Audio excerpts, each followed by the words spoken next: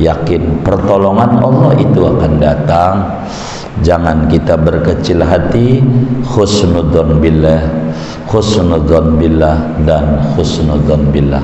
Yang sabar dalam hidup, moga kita semua diberi keislaman yang sempurna, menapaki jalan salafus saleh, mengikuti manhaj para sahabat, manhaj para tabi'in, dan di dalam manhaj Nabi besar Muhammad sallallahu alaihi wasallam. Inilah kajian kita pada pertemuan ini dari satu hadis yang disampaikan oleh Imam Abil Lais As-Samarqandi dari jalur Sayyidina Khabbab bin Arad. Rabbi fanfa'na bi barakatihim wahdinal husna bi hurmatihim wa amitna fi tariqatihim wa mu'afatim minal fitani bijahi tohar rasul jod rabbana bil qabul wa hablana kullasul rabbistajib lana amin amin ya rabbal alamin. Ada yang ditanya mungkin dari materi ini atau di luarnya? Sebelum doa dipersilakan. Wallahu a'lam.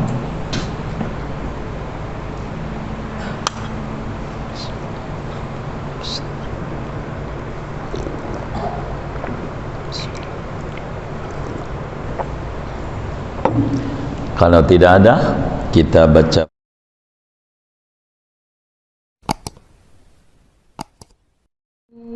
Assalamualaikum warahmatullahi wabarakatuh. Bismillahirrahmanirrahim. Alhamdulillahi rabbil alamin. Wassalatu wassalamu ala sayyidil awwalin wal akhirin sayyidina wa maulana Muhammadin wa ala alihi wa sahbihi ajma'in.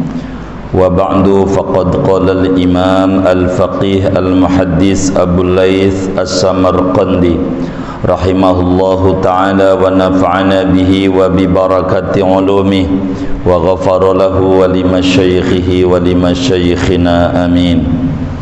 Wa ruya an Khabbab bin al-Aratti radhiyallahu anhu qala. Betul ini? Ada yang belum ketemu? Sudah ketemu semua? Sini biar ketemu. Enggak apa-apa. Sini biar enggak mencari fokus.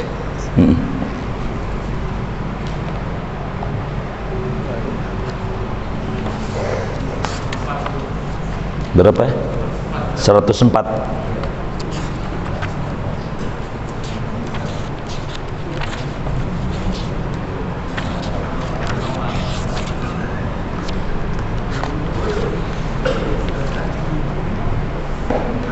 Oh iya, 104 atas. Wa ruwiya an Khabbab bin al-Aratti radhiyallahu anhu qala, dan diriwayatkan dari Sayyidina Khabbab bin Arat radhiyallahu anhu qala, berkata ia, ataina Rasulullah sallallahu alaihi wasallam wa huwa mutawassidun biridaihi fi dhillil ka'bati. Mendatangi oleh kami akan Rasulullah sallallahu alaihi wasallam padahal beliau yaitu berbantal, membuat bantal tiduran, biridaihi dengan selendangnya beliau, fi dhillil ka'bati di bawah teduhan Ka'bah. Fasyakawna ilaihi, maka mengadu oleh kami semua kepada Nabi. Faqulna, maka kami berkata, ya Rasulullah, wahai Kanjeng Rasul, ala tad'ullaha, ala tad'ullaha, apakah tidak berdoa oleh engkau pada Allah? Tidakkah engkau berdoa kepada Allah. Ala tastansirullah lana, apakah tidak, yakni tidakkah meminta pertolongan oleh engkau Allah akan Allah, lana bagi kami. Ini, belum.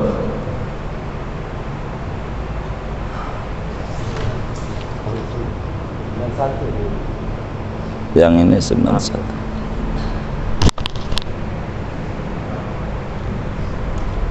Jebulkannya.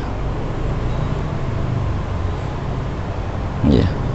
Kemarinnya sudah ditandai aksan, nanti ininya dilipat. Jadi nantinya nyarinya mudah.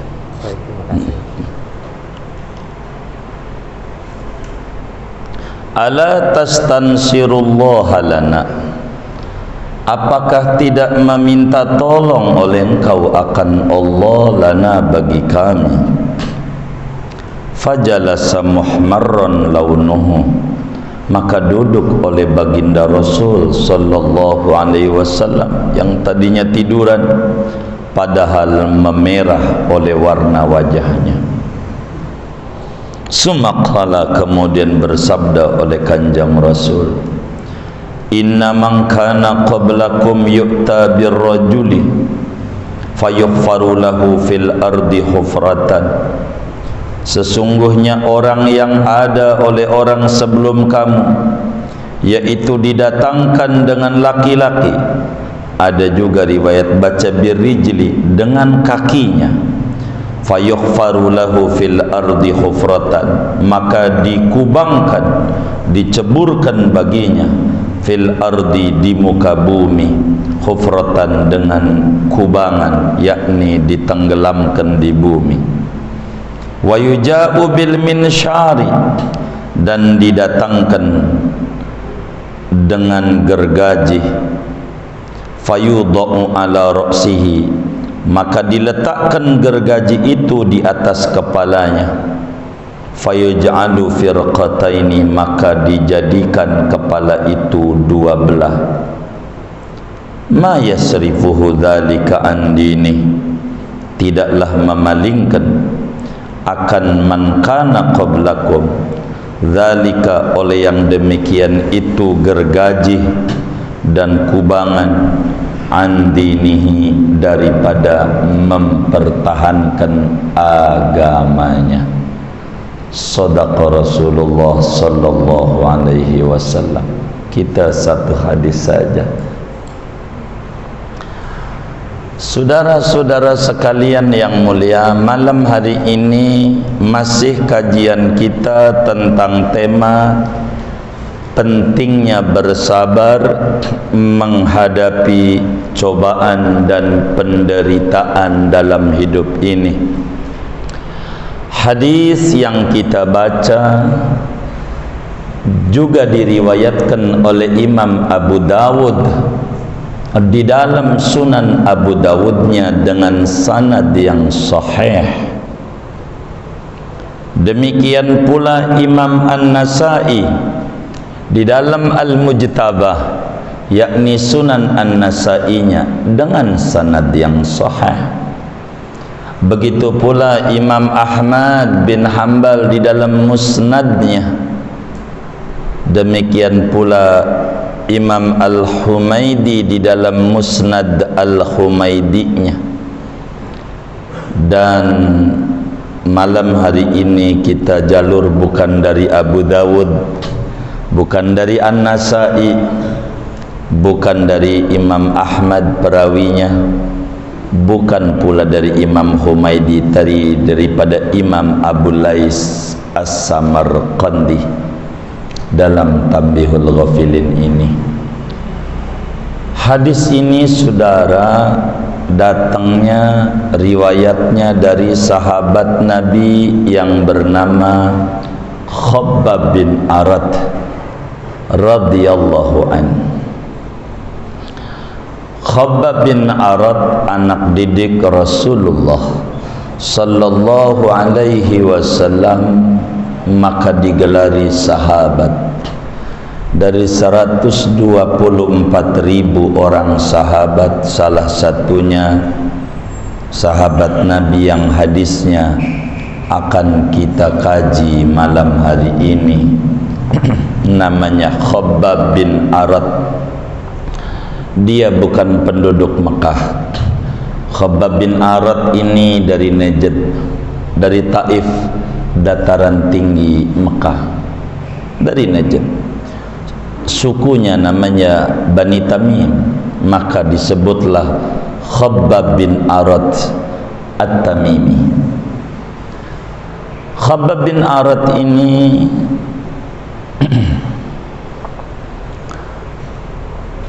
seorang budak dari seorang perempuan Quraisy ternama, kafir Quraisy, Ummu Anmar Al-Khuzaiyah, dari Bani Khuza'ah. Khabbab bin Arat orang yang berakal cerdas, mudah dididik, maka dididiklah oleh tuannya, majikannya Ummu Anmar, sampai dia pandai membuat senjata, bikin pedang, bikin golok sembelih keris doren, bikin golok, bikin pedang, bikin tombak, bikin, itu jago, pakar. Khabbab bin Arat bagaimana cara mengolah besi, ini besi kadarnya berapa, ini bohler bukan, tahu dia.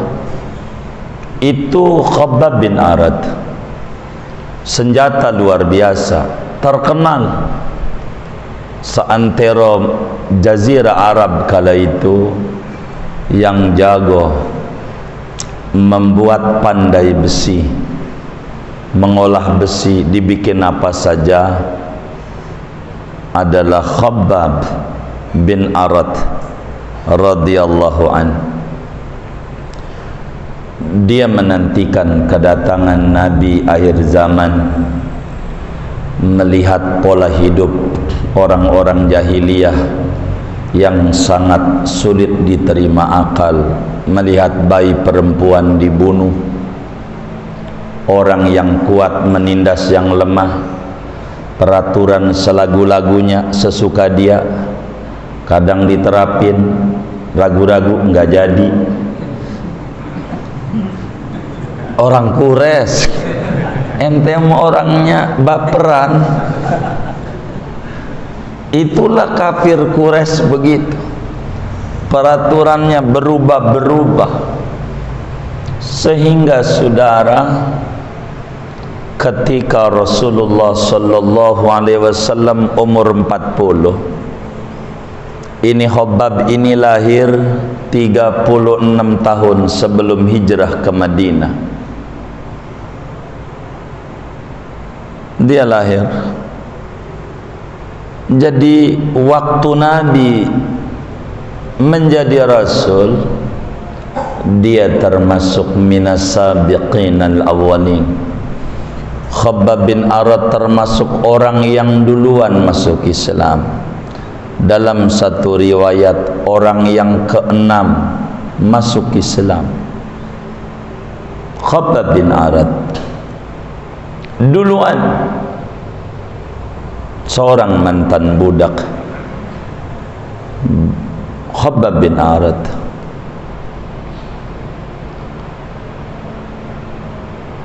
meski dia orang lemah, bukan pribumi Mekah, tapi Khabbab bin Arat tidak sungkan-sungkan untuk memproklamirkan keislamannya. Sebelum Nabi dakwah di Darul Arqam, yang sekarang tempat sa'i, itu ada pintu kalau dari tempat sa'i namanya Babul Arqam. Disitulah majelis taklim awalnya Rasulullah di dalam membina umat. Sebelum itu udah masuk Islam, Khabbab bin Arad masuk Islam, minas sabiqin al-awwalin. Dipuji oleh Rasulullah sallallahu alaihi wasallam, siapa orang pengen ngaji Quran dan tahu Quran ini turun di mana, maksudnya apa, ngaji aja sama Khabbab bin Arad. Saking duluan masuk Islamnya. Islamnya adiknya Sayyidina Umar bin Khattab. Umar belum Islam, Khabbab sudah Islam. Belum. Adiknya Umar bin Khattab, Fatimah, Islamnya di tangan Khabbab bin Arad. Suaminya Zaid itu juga Islamnya di tangan Khabbab bin Arad. Normal. Tapi penyiksaan demi penyiksaan dialami, sangat pedih. Nampaknya tidak ada orang yang mendapatkan siksaan berat dengan keislamannya seperti apa yang menimpa kepada Sayyidina Khabbab bin Arad radhiyallahu an. Didatangi oleh adiknya Ummu Anmar, Siba bin Abdul Uzza, bersama pemuda-pemuda lainnya, masih muda masuk Islam. Ini Khabbab bin Arad. Dibilang dengan petang-tang petentengnya Siba bin Abdul Uzza bersama komplotannya, teman-temannya Khabbab, dia tahu ini adiknya dari kakak adiknya daripada dia mantan tuannya Ummu Anmar. Kata Siba bin Abdul Uzza, Khabbab, saya dengar berita di sana sini, berita yang saya sebetulnya enggak percaya itu berita, tapi begitu terngiang mendengar berita itu, saya enggak percaya. Benar enggak berita itu? Kata Khabbab bin Arad, wa ma huwa ya Siba, yang mana ya berita itu? Laqad sabbata, bahasa kita orangnya, ente udah murtad, ente sudah tidak nyembah berhala lagi, ente ikut seorang pemuda dari Bani Hashim, anda saya dengar ikut Muhammad agamanya. Saya sih nggak percaya kalau ente ini ikut Muhammad, tapi berita begitu santer tentang ente ikut agamanya Muhammad bin Abdullah. Kata Khabbab bin Arad, itu bukan berita bohong, benar. Saya ini ikut agama yang hak. Kebenaran itu ada pada Nabi Muhammad. Asyhadu an la ilaha illallah wa asyhadu anna Muhammadar Rasulullah. Saya Islam, agama yang benar yang dibawa oleh Nabi Muhammad. Kurang ajar kamu? Ya, bukan kurang ajar. Bila kebenaran ada pada Nabi Muhammad, apa dikata? Apakah kita mau mempertahankan kebatilan? Langsung saja Khabbab bin Arad itu besi masih panas di tungkuknya, mau dibikin golok, tibanin di badannya, palanya besi panas, rame-rame diinjak, dikeroyok orang 20-an, diinjak dari punggungnya. Semuanya nggak ada yang nggak nendang, nggak ada yang injak, semuanya mana bananya gede-gede diinjak. Tidak ada pertahanan bagi saya kecuali wajah bumi saja, enggak ada. Tapi tidak menjerit, saya tidak akan menjerit, saya tidak akan membuat girang musuh-musuh Islam di dalam mempertahankan Islam ini. Tetap saja, udah bonyok, tidak geser membela Islam, bertahan dalam keislamannya Sayyidina Khabbab bin Arad radhiyallahu ta'ala anhu warda.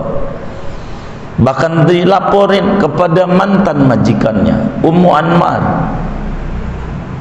dibilangin itu Khabbab bin Arad ikut agama Muhammad dia. Parah nih. Apa yang dilakukan? Bakar, ditungku di mana tempat, bikin pandai besi, menyala, dibakar, gosong punggungnya. Ini kisah bagaimana para sahabat itu mempertahankan kebenaran.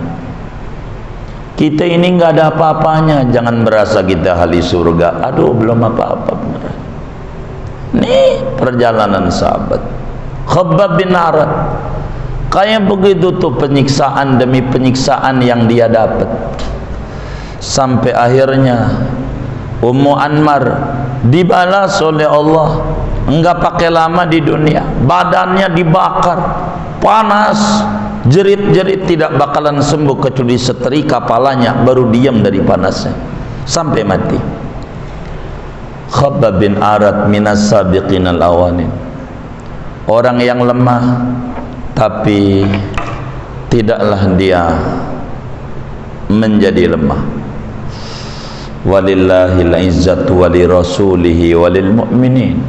Islam itu agama hebat dan muslim tidak boleh cengeng mendapatkan ujian-ujian hidup.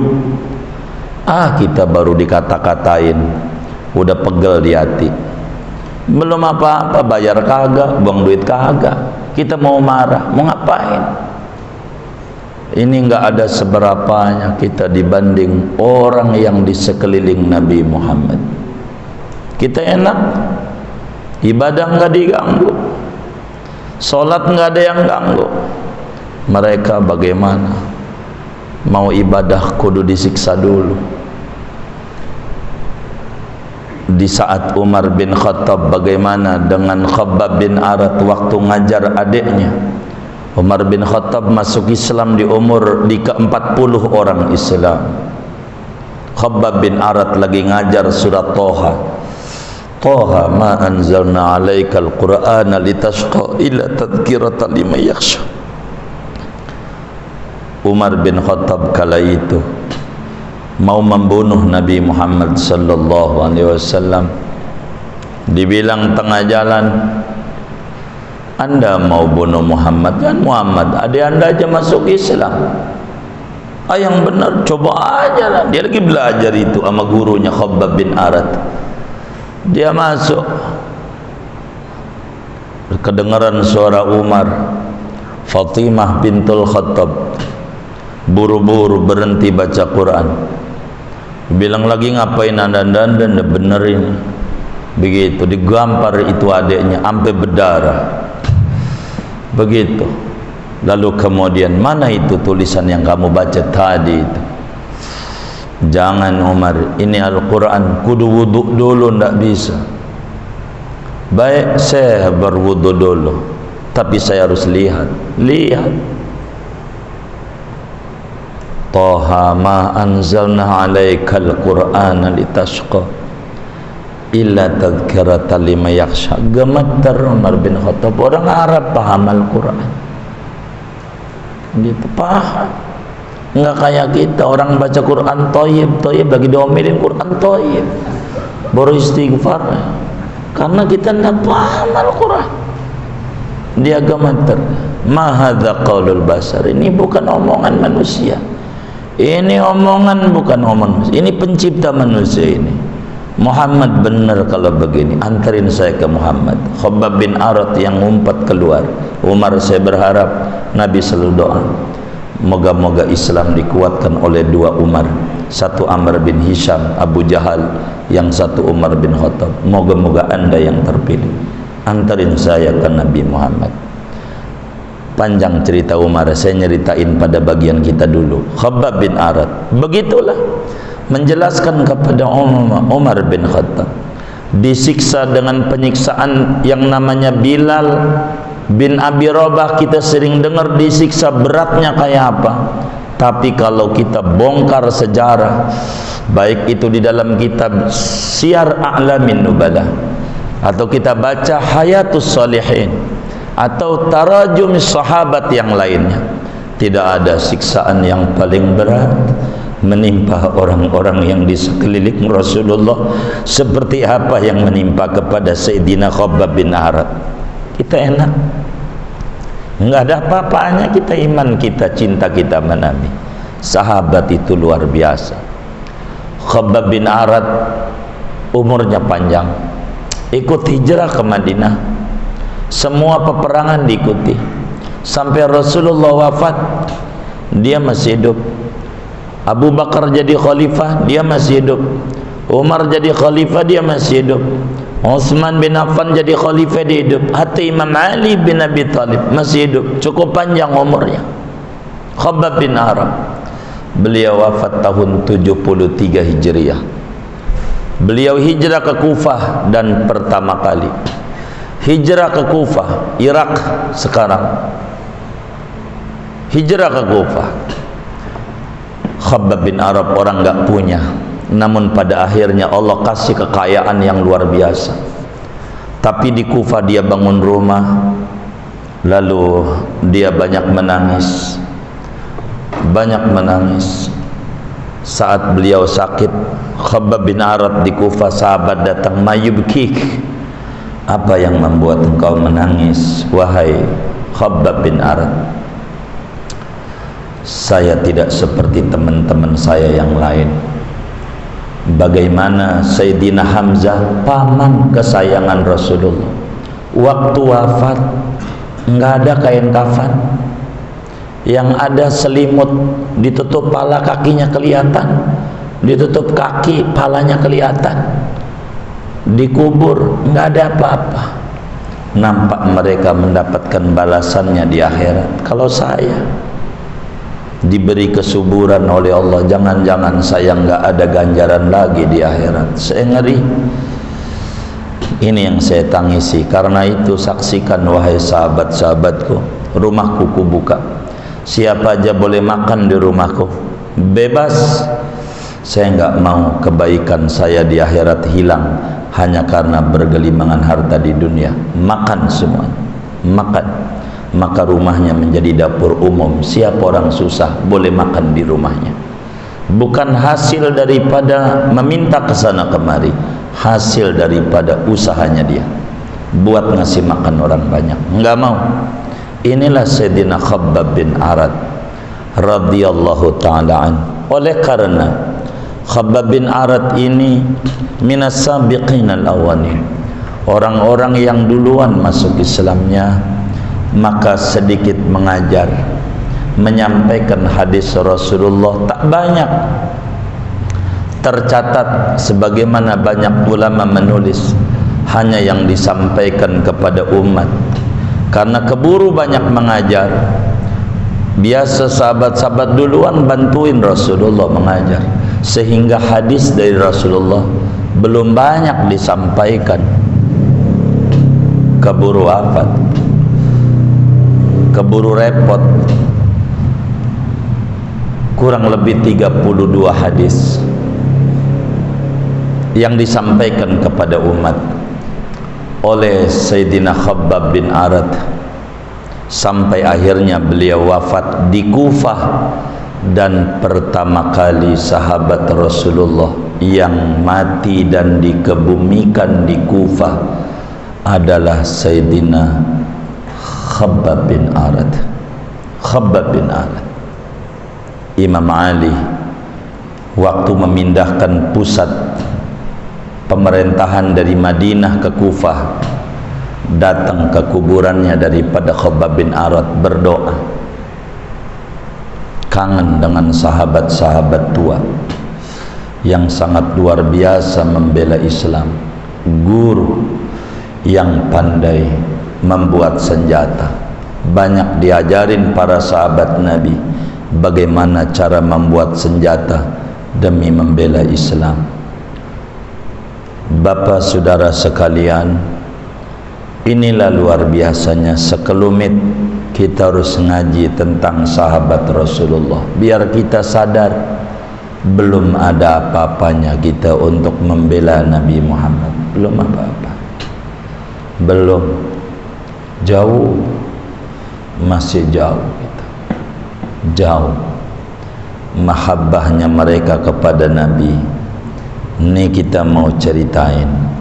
Satu dari 32 hadis beliau sampaikan kepada umat, ada dalam Sunan Abu Dawud, ada dalam Sunan An-Nasai, ada di dalam Musnad Ahmad bin Hanbal, ada di dalam Musnad Al-Humaydi. Abdullah bin Subair gurunya Imam Al-Bukhari, yang Imam Bukhari sebutin pertama kali dalam Sahih Bukhari, kurang lebih dari 10.000 hadis Sahih Bukhari, pertama kalinya dia bilang Haddasanal Humaydi. Ini ada hadisnya di kitab gurunya Imam Bukhari, namanya Imam Al-Humaydi, 2 jilid lah, tidak banyak, Musnad Humaydi. Kata Sayyidina Khabbab bin Arad, ini kisah awal-awal. Ataina Rasulullah sallallahu alaihi wasallam wa huwa mutawassidun biridaihi fi dhillil Ka'bah. Kala itu di awal-awal Islam, masih di Mekah, belum hijrah ke Madinah, masih awal-awal. Nabi usia 40 tahun, masih di awal-awal. Kami bersama orang-orang lemah. Kalau dibilang ataina, bukan dirinya doang, dirinya dan teman-temannya banyak. Ada Bilal, ada yang lain, teman-teman yang lain. Kami datang kepada Rasulullah sallallahu alaihi wasallam, ketemu sama Nabi. Waktu itu Nabi lagi tiduran, bantalannya selendangnya Nabi, selendangnya Nabi digulung-gulung jadi bantal. Bantalannya itu Rasulullah. Waktu itu tiduran di dekat Ka'bah, di bawah teduhan Ka'bah. Bila kesorot matahari sebelah sini adem, disitulah Nabi lagi tiduran. Nabi lagi tiduran. Kata Sayyidina Khabbab bin Arad, fasyaqawna ilaih, kemudian kami mengeluh kepada Rasulullah, mengadu sama Nabi. Mengadu apa? Tentang penyiksaan demi penyiksaan yang dialami oleh para sahabatnya Rasulullah. Bagaimana itu? Siksaan demi siksaan. Bagaimana para sahabat ada yang ditusuk pakai besi panas dari duburnya, ditusuk nembus ke kepala, percis kayak kambing guling sampai mati. Ada abahnya Ammar bin Yasir, Yasir begitu. Ibunya sama, penyiksaan demi mempertahankan Islam. Enggak mau dia dibayar berapanya jadi kafir, enggak mau. Kebenaran adalah kebenaran.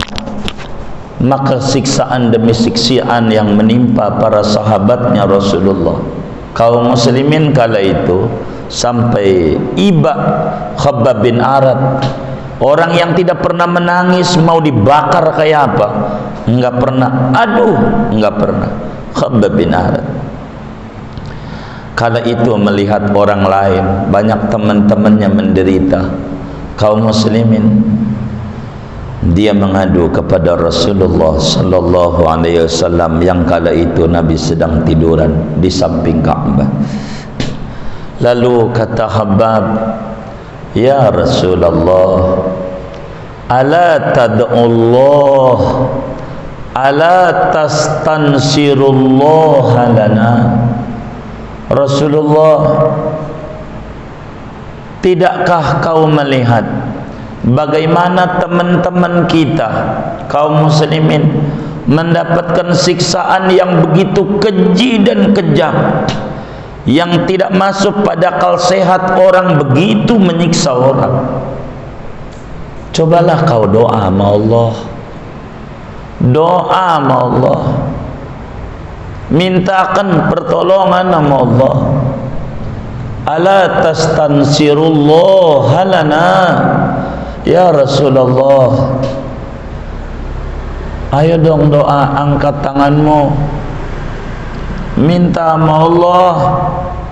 Ini banyak kawan-kawan kita tertindas, banyak yang mati, dibakar demi mempertahankan Islam.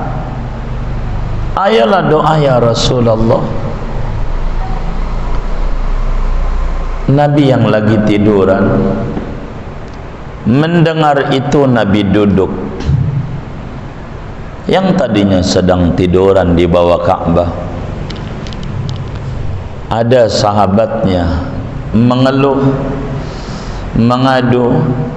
Nabi duduk, muka Nabi merah, seakan-akan Nabi marah. Merah Nabi, menahan perihnya. Apa yang dialami oleh sahabat-sahabatnya?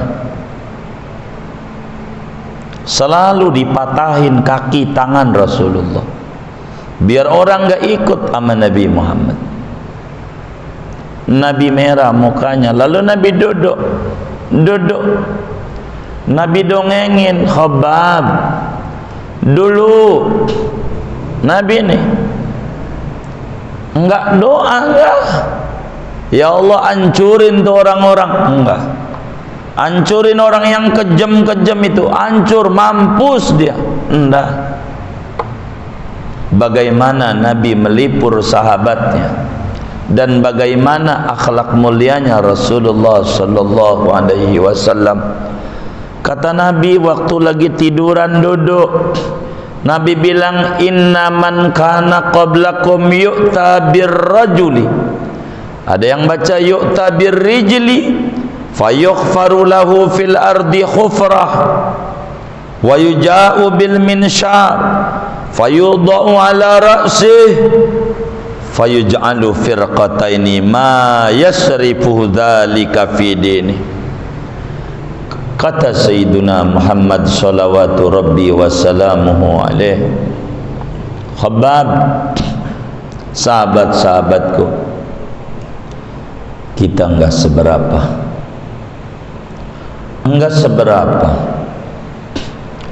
Coba baca sejarah orang-orang dulu.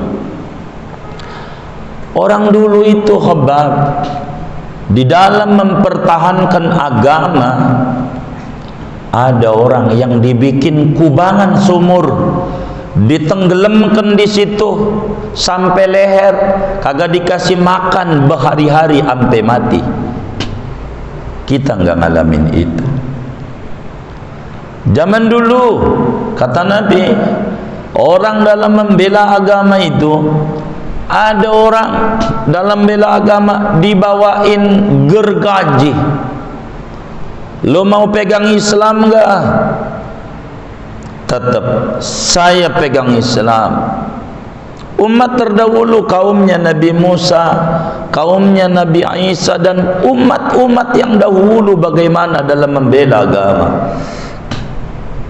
Ada yang dibawain gergaji, suruh keluar dari Islam, tidak boleh mentauhidkan Allah, suruh balik menyembah berhala. Mereka enggak mau. Kalau enggak mau saya gergaji kamu, terserah, pokoknya enggak mau. Dipotong dari pala. Kita bayangin, kita kayak dia, potong itu pala kita dari sini terus sampai dakar kita terbelah dua badannya, dan mereka tidak keluar dari Islam. Mereka enggak cengeng, mereka enggak tinggalin ibadah kepada Allah. Orang dulu kayak begitu. Kita belum seberapa, masih ringan ujian kita dalam membawa dan membela agama ini, wahai Khabbab. Dia semua sahabat. Kalimat Rasulullah ini pada lanjutannya, saya bukannya makin mundur membela Islam ini, saya makinan mantap dan siap, mau diapain aja. Yang penting Islam menyebar ke seluruh penjuru dunia. Kita nggak ada apa-apanya. Islam kita, Islam KTP. Yang kadang kita kesinggung karena kesukuan, bukan karena agama. Belum ada apa-apa kita. Kadang baru diomongin aja kita udah pusing. Inilah kita. Begitulah para sahabat Rasulullah dalam membela ini agama. Disiksa sampai ketika Umar bin Khattab radhiyallahu taala anhu wa ardhah, Sayyidina Umar bilang, tidak ada, tempat ini harus diduduki oleh orang yang paling tersiksa. Dialah Bilal bin Abi Rabah. Kata Khabbab bin Arad, tidak Umar, yang paling tersiksa kalau mau jujur saya. Bila Bilal ada yang bela Abu Bakar, kami siapa yang bela? Enggak ada yang bela, disiksa mati-matian. Begitu, disiksa mati-matian. Tapi Allah masih panjangin umur saya, enggak apa-apa. Dilihat punggungnya hitam semua, pada terkelupas kulit, bekas dibakar oleh Ummu Anmar Al-Khuzai. Itu ada sampai wafat demi mempertahankan Islam. Nabi ceritakan ini kepada para sahabat, ma yasrifuhu dzalika an dinih. Itu Khabbab digergaji, enggak goyang Islamnya. Itu dipendam, dikubur hidup-hidup, enggak goyang Islamnya. Kata Khabbab bin Arad, siap ya Rasulullah. Apapun yang terjadi, kita harus bela ini agama. Itulah saudara para sahabat. Ini hadis dikasih judul oleh Imam Abu Lais As-Samarqandi dengan judul Babus Sabri 'alal Bala Wasyiddah. Bab bagaimana kesabaran para sahabat menghadapi cobaan hidup. Maka bila Nabi menceritakan umat terdahulu ada yang digergaji, dikubur hidup-hidup, disiksa, dan Khabbab bin Arad kehidupannya kayak begitu, muncul harus kita ngaca diri, siapa kita? Timbang baru corona doang, lalu kita mengata ini corona sialan dangkalan doang, belum apa-apa. Sampai hari ini kita hidup, sampai hari ini kita sehat, sampai hari ini kita makan, tapi ibadah kita tidaklah seperti para sahabat-sahabat. Yang kita banyakin keluhan, bukan pujian kepada Allah. Sabarlah sejenak, enggak apa-apa. Kita enggak usah dihabiskan pikiran kita ke sana kemari. Kita baca sirah-sirah orang-orang dulu, enggak apa-apanya kita. Enggak ada tuh badan kita luka karena membela agama. Enggak ada. Enggak ada. Enggak ada. Enggak ada. Gitu. Ini berat membawa agama ini. Maka kita muslim nih harus bisa mengislamkan diri kita sebelum mengislamkan orang lain. Diri kita harus jadi muslim, benar-benar muslim, bukan sekedar pengakuan. Kita baca bagaimana sejarahnya kehidupan Rasulullah dan orang di sekeliling Rasulullah. Betapa berat ujian mereka di dalam mempertahankan agama ini. Berat, tapi mereka tidak ada yang merintih dalam menghadapi cobaan. Dan kita harus mengaca kepada mereka sehingga kita bisa mengukur penyakit kita tidak seberat penyakit mereka. Kita sakit sekarang, badan kita banyak sakit, kita mengalami cobaan, usaha kita menurun, atau hal lain yang tidak mengenakan kita, maka tidak seberapa dibanding mereka. para sahabat-sahabat Rasulullah sallallahu alaihi wa alihi wasallam. Moga kita dikasih rezeki luas oleh Allah. Suatu saat kita ziarah ke Irak, ziarah ke Kufah, diziarah kepada sahabat kita ini Khabbab bin Arad, dan kita ceramahkan hadis ini. Qadarullah, tidak ada yang mustahil sama Allah. Kita baca di hadapan makam beliau di Kufah. Mudah-mudahan Allah kasih kita rezeki luas, panjang umur. Ziarah kita ke Irak. Kalau udah ke Irak, ke makam Khabbab bin Arad, makamnya Imam Husain, badannya pala di Mesir dekat Al-Azhar. Makamnya Imam Abu Hanifah, Sayyidina Ma'ruf Al-Qarqi, makamnya daripada Imam Junaidi Al-Baghdadi, Syekh Abdul Qadir Al-Jilani di Irak. Suatu saat kita harus keliling dunia untuk mengenal orang-orang yang dekat dengan Rasulullah, biar kita mengaca tidak ada apa-apanya kita. Ibadah kita di akhir zaman cuma dua: hubbus solihin, mencintai wali-wali Allah, dan banyakin baca sholawat. Apalagi selain ini kita nggak ada. Ibadah kita selagu-lagunya. Sholat kita di muka umum ama di rumah pakai kaos oblong jadi, seakan-akan Tuhan di rumah ama di masjid beda. Inilah kita.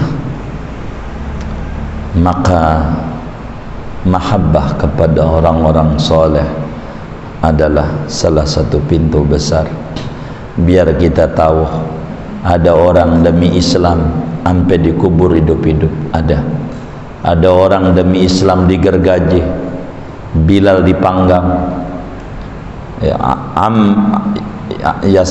Ammar bin Yasar ditusuk pakai besi, ada yang didongkel matanya. Bagaimana Qatadah bin Nu'man matanya copot demi membela Rasulullah, panah ada mau masuk ke Rasulullah, dia lewat, mata dia sampai copot demi membela Rasulullah. Kita nggak ada apa-apa, tapi moga-moga dengan mengaji sahabat-sahabat Nabi dan hadis Nabi ini, Nabi ridho sama kita sebagai umatnya. Moga-moga kita diakui oleh Nabi sebagai umatnya, dan secerca cinta membongkar sekelumit sahabat Rasulullah ini. Saudara, biar kita sadar ujian kita enggak seberapa. Sing sabar dalam jalanin hidup, yang sabar kita, yang sabar, yang sabar. Dunia sementara, ujian yang menimpa kita juga sementara. Jangan ditaruh di mindset abadi. Yakin pertolongan Allah itu akan datang. Jangan kita berkecil hati. Husnudzon billah, husnudzon billah, dan husnudzon billah. Yang sabar dalam hidup, moga kita semua diberi keislaman yang sempurna, menapaki jalan salafus saleh, mengikuti manhaj para sahabat, manhaj para tabi'in, dan di dalam manhaj Nabi besar Muhammad sallallahu alaihi wasallam. Inilah kajian kita pada pertemuan ini dari satu hadis yang disampaikan oleh Imam Abil Lais As-Samarqandi dari jalur Sayyidina Khabbab bin Arad. Rabbi fanfa'na bi barakatihim wahdinal husna bi hurmatihim wa amitna fi tariqatihim wa mu'afatim minal fitani bijahi tohar rasul jod rabbana bil qabul wa hablana kullasul rabbistajib lana amin amin ya rabbal alamin. Ada yang ditanya mungkin dari materi ini atau di luarnya? Sebelum doa dipersilakan. Wallahu a'lam.